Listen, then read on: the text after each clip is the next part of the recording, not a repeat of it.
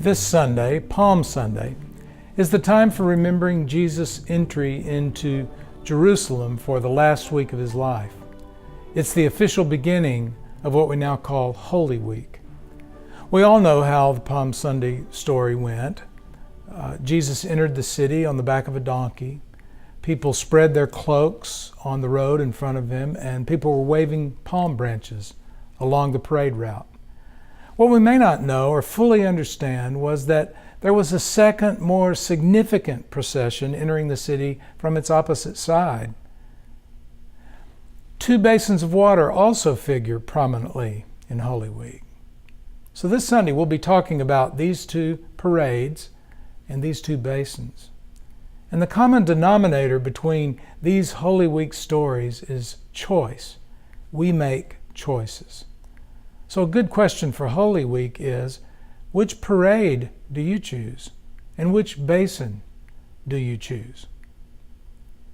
Because Passover always evoked a kind of liberation spirit among the Jews who were under Roman occupation.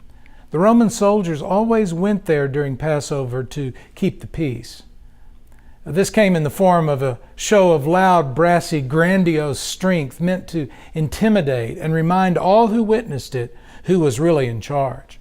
This was a loud, grand-scale parade of war horses dressed in armor, foot soldiers beating drums, with everyone stamping their feet, shouting and chanting. You know, the works.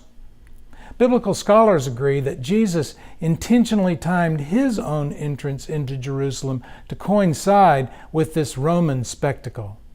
It was meant to be an outright mockery, a thumbing of the nose to imperial Rome and the Pax Romana, peace enforced by military power. Jesus' parade had a different message about power. He entered with humility, riding on a lowly donkey.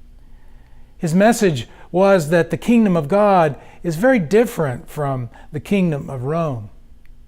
Try to place yourself in the sandals of the residents of Jerusalem and of all the faithful making their pilgrimage for Passover. Which parade would capture your attention? How would it captivate your imagination? Which one of those parades would impress you the most? In the 13th chapter of John, we read the story of Jesus washing the feet of the disciples. He takes a basin of water, and with it, he washes the disciples' feet, demonstrating what it means to serve others. He said to his disciples, "I have given you an example.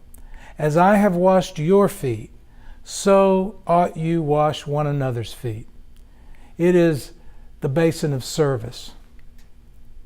Now in the 27th chapter of Matthew, we read about another basin, also used during Holy Week.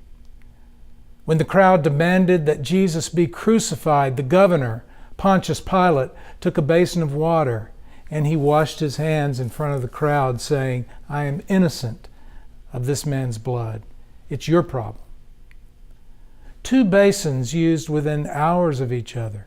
Jesus' basin of service, Pontius Pilate's basin of apathy.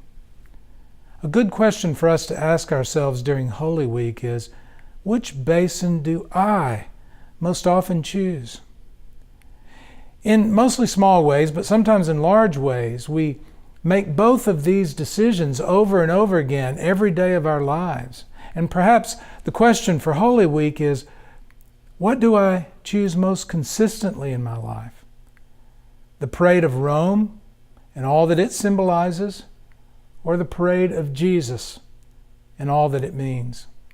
The basin of Pilate's apathy, or the basin of Jesus' servanthood?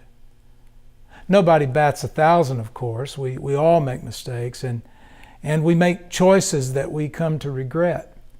Even so, I think it's most important to remember that we do have a choice, and it's the choice we make consistently that matters most.